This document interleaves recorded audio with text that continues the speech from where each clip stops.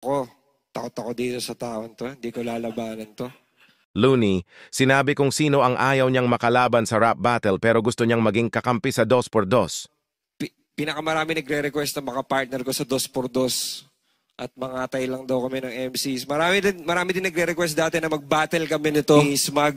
Although talagang napakaganda sa kultura nun, ako para sa akin personally, sana dati pa nangyari dahil sobrang close na kami ni... Baka maging baduy yung battle. Pag nag-battle kami ngayon, baka masyadong pa-cute yung mangyari. So, maganda sana kung mangyari dati yun. Pero yun, isa yun sa mga battles na talagang maraming nagre-request na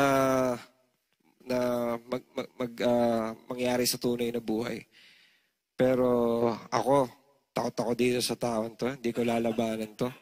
Ako, takot ako. Pero kung sakaling mangyari na magkampi si Smuglas at Looney sa 2x2, sino ang duo na itatapat mo sa kanila?